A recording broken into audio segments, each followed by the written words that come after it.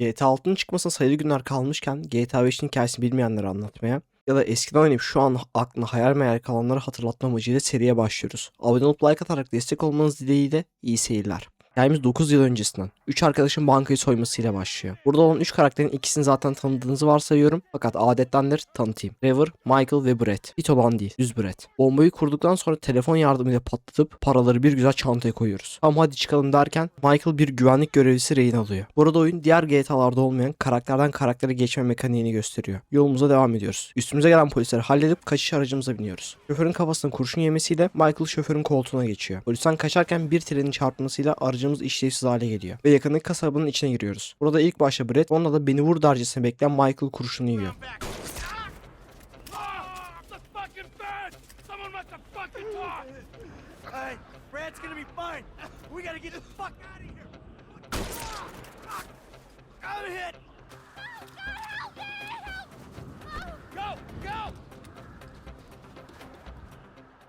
Trevor ise sislerin arasında polisten uzaklaşıyor. Cenaze başında konuşmalar yaşanırken bir anda kaldıracağı Michael giriyor. Para için arkadaşlarını satıp kendini ölü göstermiş. Bir anda günümüze, Michael'ın psikolog randevusuna dönüyoruz. Ailesinden, çocuklarından yakınıp eski hayatında yaptığı illegal işlerden bahsedip sinirleniyor. Ve bu seansların işe yaramadığını düşüncesiyle direkt olarak psikoloğun yüzüne söylüyor. Ve açılış introsu gelerek oyun yeni başladığını gösteriyor. Ulan bu geleceğim nasıl olacak diye düşüncelere dalan Türk genci gibi oturan Michael, Lamar ve Franklin adında iki tırnak içinde repo yapan adam geliyor. Bu reponun ileride ne olduğunu yani 1-2 dakika için ne olduğuna değineceğim. Michael adres soran bu ikilimiz arabaları çalıp Simeon adında bir galericiye götürüyor. Ve bu iki arkadaşın kime çalıştığını öğrenmiş oluyoruz. Simeon tam bir dolandırıcı. Araçları pahalıya satmak için sen ırkçısın tarzı ifadelerle psikolojik baskı kurup milleti dolandırıyor. Bu saçma işleri boş verip teyzemizin evine dönüyoruz. You at work.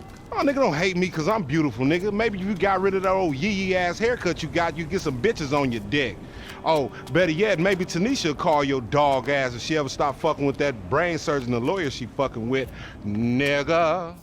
Bu konuşma Franklin'i oldukça etkilemiş olacak ki saç tıraşını hemen değiştiriyor. Bizi iş için çağıran Simeon'un yanında soluğu aldığımızda ayın elemanı olarak bizi seçtiğini söylüyor. Fakat bu Franklin'in umurunda değil. Franklin alacağı paraya bakan, sembolik ödülleri pek önemsemeyen biri. Fakat bu durumu Lamar oldukça içerliyor ve bir ödül varsa onu ben almalıyım diyerek sinirleniyor. Oldukça hırslı bir kişilik. Neyse biz işe dönelim. Bir motor çalmamızı isteyen Simeon bu sefer oldukça tehlikeli bir bölgeye gönderiyor. Repo yapacağız. Ve repo demişken anlatayım. Simeon'un sahtekarlığı şu şekilde. Galeri sahibi Simeon insanlara ödeyemeyeceği kadar yüksek faizi ve ağır taksitli sözleşmelerle lüks arabalar satar. Yasal kılıfsa alıcılar bunları ödeyemeyince geri alma hakkı doğuyor. Yani bu repo oluyor. Bize düşen görev de o araçları çalmak. Verilen konuma gidip garajlara tek tek bakıyoruz. Fakat bu adamlar tehlikeli adamlar. Ne oluyor birader hayırdır derken Lamar adama silah çekip kaosun fitilini ateşliyor. Bu arada adamları haklayıp ilerlerken motoru alacağımız eleman geliyor ve ayın elemanı ıskanamadan hallediyor. Eğer burada vuramazsanız kovalamaca başlıyor. Vakit kaybını pek sevmem. İşlerin ters gitmesi sonucunda ikilimiz yıkamada buluşuyor ve ölü bir adamla ödeme alamayacakları için aralarında şu diyalog geçiyor.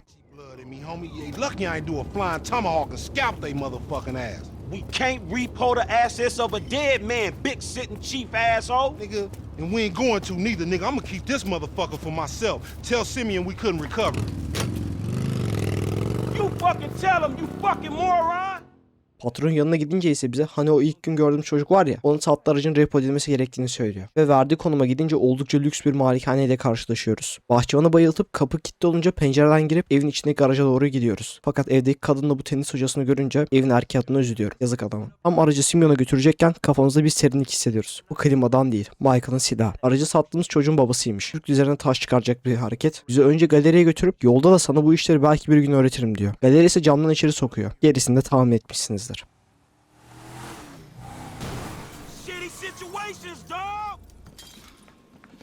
Franklin, what the fuck are you doing?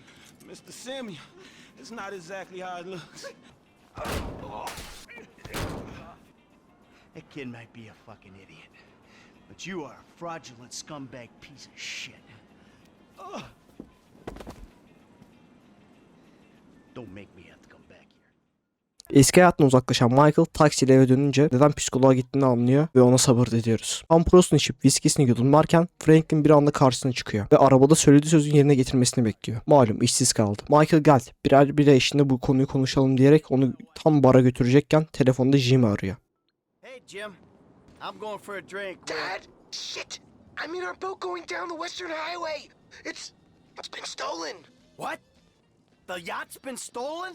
I was trying to sell it. I know you didn't want it sold, but I need money, and they don't want to buy it. They just want to take it. I'm hiding in the head.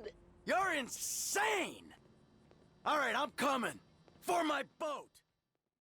Franklin arabaya atıp adamları bir bir halledip önce Jimmy'yi sonra ise Franklin'i kurtarıyoruz. Fakat gemiyi kurtarmaya arabanın motoru dayanmıyor. Michael sinir krizi geçiriyor. Ah güzel teknem, vah güzel teknem diye söylenirken tamirciye varıyoruz. Michael Franklin'i şu malı eve bırak deyip taksiyle evine dönüyor. Yolda ise Jimmy beynimizi dikiyor. Franklin bu kadar olaydan sonra biraz kafasını dağıtıyor. Bu Franklin'in adamın zevki oldukça iyi. İşini halleden Franklin Michael'ın yanına gittiğinde donuyla balkondan atlayan tenis hocasını görüyor. Ben demiştim. Ve kovalamaca başlıyor. Eninde sonunda adamın saklandığı yeri buluyoruz. Feel this one, dog.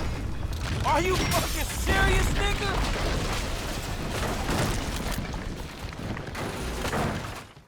Tenisçi arıyor ve ev benim değildi. Orada saklanıyorum diyerek evin onun olmadığını anlatıyor. Sonrasında ise bir kadın bizi tehdit ediyor. Yolda saldıran adamları kolayca halledip eve ulaşıyoruz. You know who I am? Do you know who I am? License.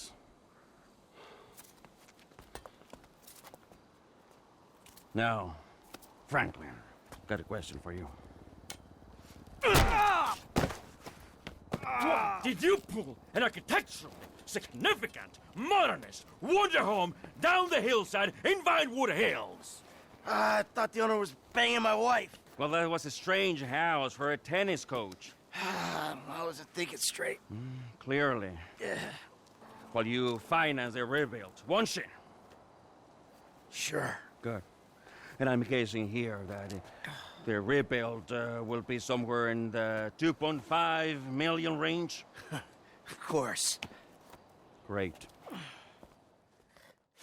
Tebrikler. Artık 2,5 milyona ihtiyacımız var. Lester arayıp onunla buluşuyor. Michael paraya ihtiyacı olduğunu söylüyor. Fakat Lester öncesinde Jay Norris adında birinden rahatsızlık duyduğunu bahsediyor. Ve bize bir çanta veriyor. Önce yazılım şirketine uygun giyiniyoruz. Ben staj yaptım, böyle giyinmiyorlar. Sonra da içeri sızıp telefonla bataryasını değiştiriyoruz. Eve gidip televizyon eşliğinde bunu izlerken bir yandan da telefonunu arayıp patlatıyoruz. Kelimenin tam anlamıyla patlatıyoruz. Tövbe tövbe. Bu görevden sonra ise Franklin'in çetecilik görevlerine geri döndüm. Çok kısa özet geçeceğim. Değerli vaktinizi çalmak istemem. Görevinde Ballas'ın başındaki çete üyelerinden birini kovalayıp en sonunda yakalıyoruz.